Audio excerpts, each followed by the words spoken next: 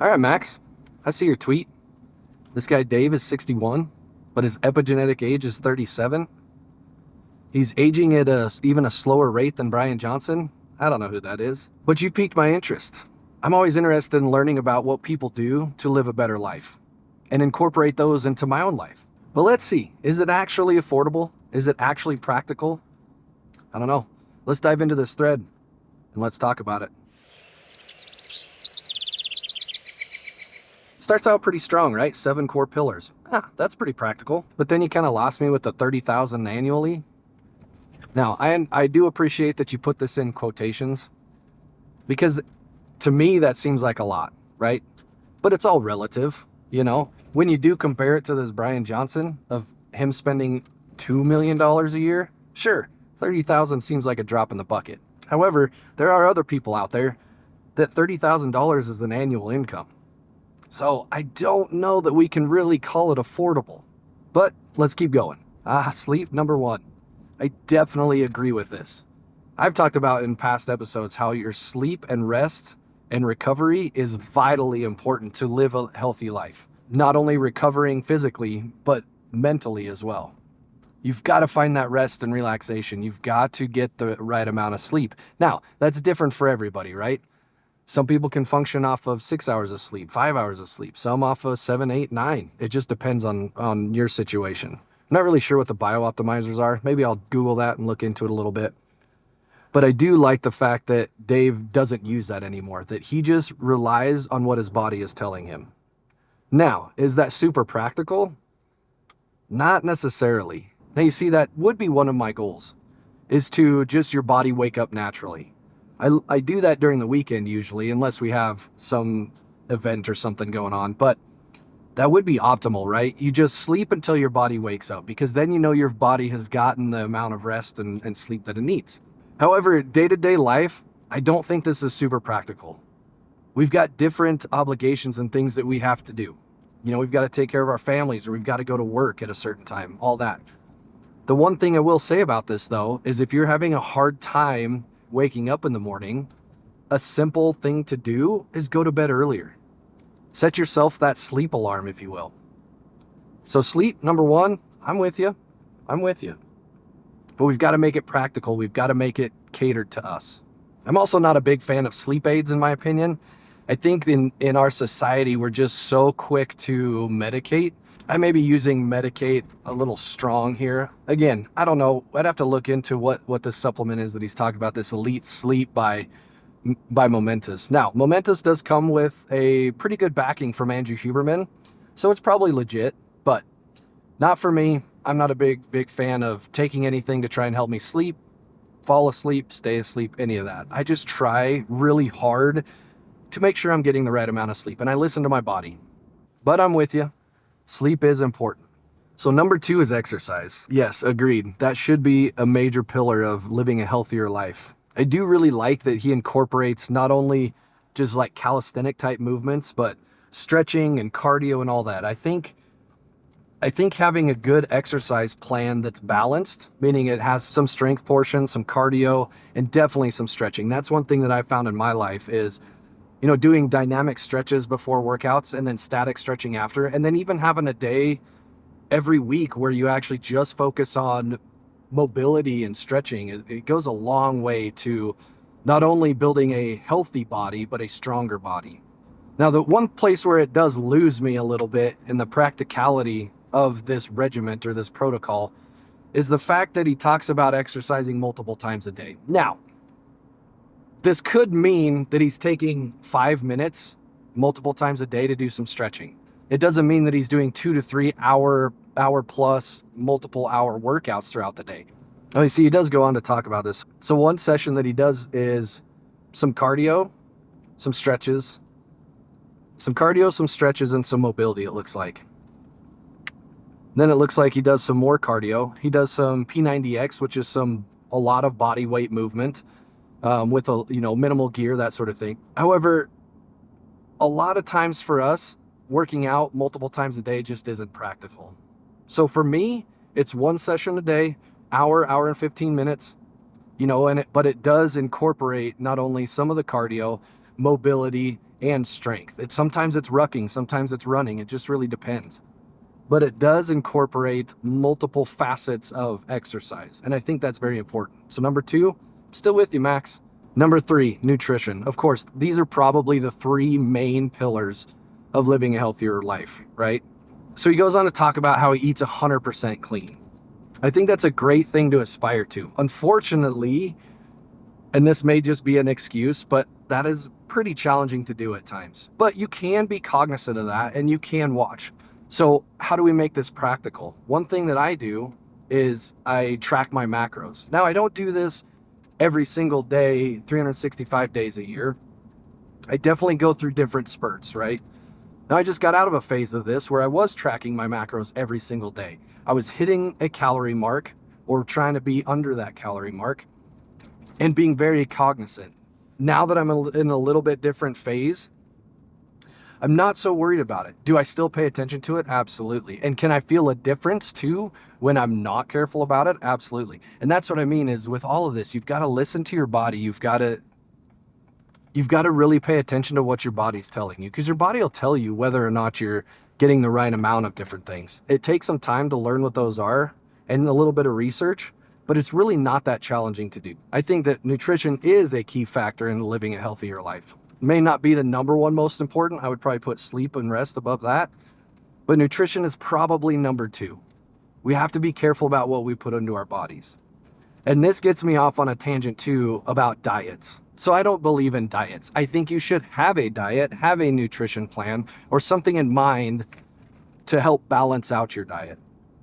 Because I think that the effects of them, if you stick to them like a 30-day or a 90-day, whatever it is, I think that you can see results, but I don't think that they can be prolonged. I don't think that they are sustainable. I just don't. They hit so hard in the beginning, like you've got to cut carbs out of your life, or you've got to do this, or you got to do that, or you stay away from this, or stay away from that. I don't think that that's very practical in our normal everyday life. And this is what's worked for me. Just simply track your macros.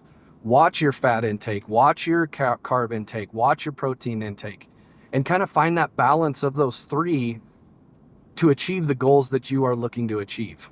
And there's tons of information out there, calculators and everything that you can look at and utilize.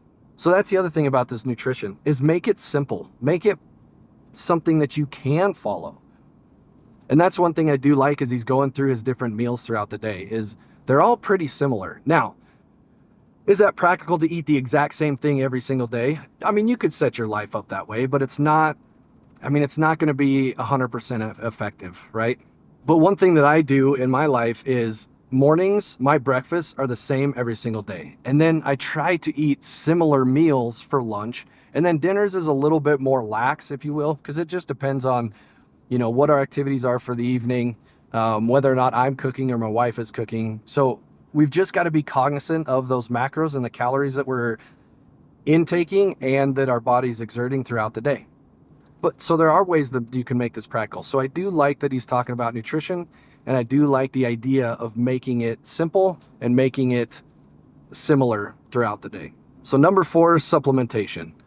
Now this is a tricky one, but this is also where this thread kind of lost me, is he says that Dave takes over 150 supplements daily. When I see that number, I think that that's quite excessive. For me, that doesn't make sense. It's not all that practical. Now, I do know that there are other people out there that also take an enormous amount of supplements. Like take Joe Rogan, for instance. I know that there's a website, and it might be old, but there's a site where you can go on and you can see all the different supplements that he takes and things that he does. But again, I don't feel that that's super practical for my life. And I think that by this guy, Dave, dialing in his nutrition plan, why does he need to take this many supplements? Maybe that's something I need to look at a little bit more, but again, it's just not for me. What I do is I try and boil it down to something simple. I take something called On It Total Human. It's a morning pack of pills and an evening pack of pills. And then yes, I do supplement with protein powder. I do that for breakfast. And I also do 5 grams of creatine every day. But that's it. Pretty simple, pretty straightforward. I don't have to track 150 different supplements. Like that just seems out there a little bit for me. But For some people, it might work.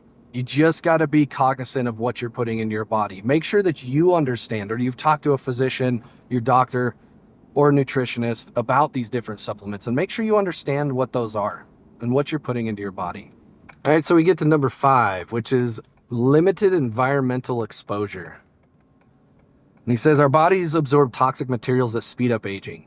And then he talks about how Dave counteracts this. Filtered water, sure. I mean, there's definitely studies that have been done to the water that comes out of our faucets. And I think a lot of people are getting cognizant of that. So we do use some sort of filtration. I think that's pretty practical. Now, filtration of your air. I mean, I think we all do somewhat similar to this, a practical version of this, where our furnace or our AC goes through a filter. That's probably definitely not to the level that Dave is working with, but something that can be done. Daily use products, so your health, beauty, and cleaning products. This is an area that I actually, over the past few years, I've studied a little bit more and researched a little more, and I've found certain products that I can use that don't have like the parabens, or I think that's how you say it, or other different chemicals that are in them, to try and not put on or in my body chemicals that I don't want in there. So I think that's practical. It's pretty simple to do. Cookware, food storage, drink containers free of toxic substances. And then limited exposure to exhaust fumes, air fresheners, etc. I think this is where I kind of lose the practicality of it. Should you be aware of the things you're putting your food in or how you're storing your food? Yeah, I think so. But I don't think that we need to completely change our lives based on just that. I think that's getting a little too sensitive, a little too touchy-feely, in my opinion. Now, as far as the exhaust fumes and different things like that, air fresheners and all that, sure, I can see where that would come into play, but we can't 100% control the environment around us. And if we do, are you really living your life? Or are you just living in this bubble? Think bubble boy, right? I don't know if that's super practical. I like the idea of it, and it's something to be cognizant of, but I don't know that it's super practical. We're going to jump to number 7 real quick, because that is something that I am practicing in my regular life, is cold water exposure. I think it's vitally important for many reasons, not only from a physical standpoint of your body, but a mental standpoint as well. And I've talked about that in previous episodes, so we're not going to go too deep into that, but there are profound benefits to cold water exposure. So I suggest that everybody at least tries it. Try a cold shower. And again, I've said it before, but my tip for that, don't do your whole shower cold. Simply take your normal shower like you do every day, and then for the last 30 seconds, a minute, crank that sucker down and expose yourself to that cold. And that's where the practicality of cold water exposure comes into play. Not everybody has access to a cold plunge or a cold tub, so simply take a cold shower. But then we go back to number 6, and he's talking about the sauna. I actually looked at getting a at-home sauna, one of those like portable ones or whatever that you can just pop up in your garage or in your basement. I have yet to do that, but I have listened to and researched it a little bit. And I do understand that there are benefits to the sauna. I mean, Joe Rogan talks about it. Andrew Huberman had Dr. Andy Galpin on, and they talked about it a little bit. Huberman's also had another guest where they talk about the cold and heat exposure and the benefits to that. So there's a lot of information out there. It's just something that I haven't figured out how to fit into my life yet. And I don't know that I actually ever will. Maybe someday, maybe I can. But I think that at minimum, cold water exposure is definitely something practical that everybody can do.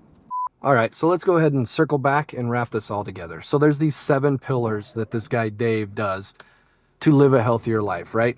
There's your sleep, there's your exercise, nutrition, supplementation, limited environment exposure, sauna, and cold water exposure. I think these are good pillars to follow and to be thinking about.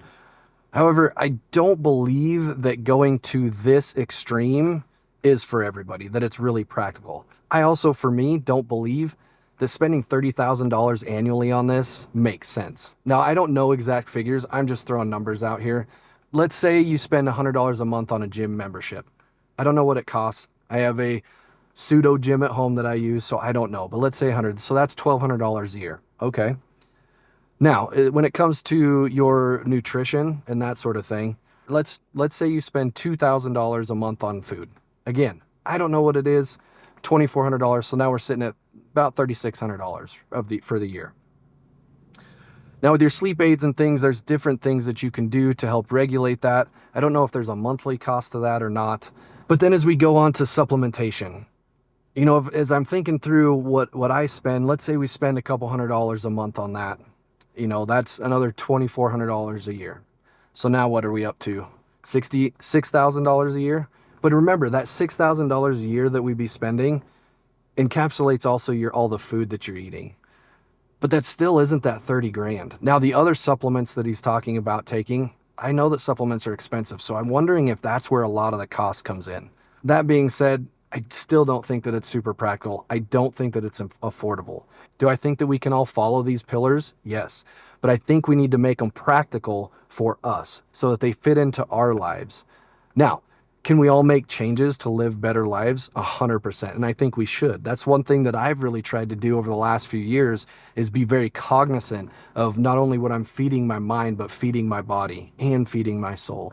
So I'm not really sure that all of this is practical, that we can fit all of this into our lives. And I want you to be aware that sometimes these routines can put you into a rut that when you don't do them, you feel like you're failing, and you don't want to continuously set yourself up and set yourself such a rigorous protocol that one, you can't follow it. Two, you're not going to follow it because you get tired of trying to do it every single day. Be aware of your body and make changes. Be adaptable. Do what you need to do when you need to do it. Listen to your body. Now, do I have a morning routine? Absolutely. Do I have a kind of a daily schedule that I try to follow? I do. But it's not so rigorous that I'm going to set myself up for failure.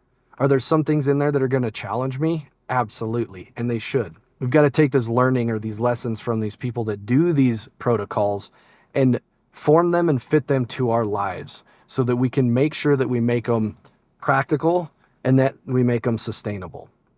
And that's the key takeaway to this. It may not be for everybody. If it's for you and you can follow these protocols, that's awesome, man. So I think the takeaway from this is these pillars are sound, but we've got to think about how we can make them fit into our lives and we can cater them to make them practical and affordable for us. I really do appreciate you being here and spending some of your time with me today. If you found value in this, please consider subscribing. It would mean a lot to me. And as always, make the day great, make the day yours. We'll catch you next time. See ya!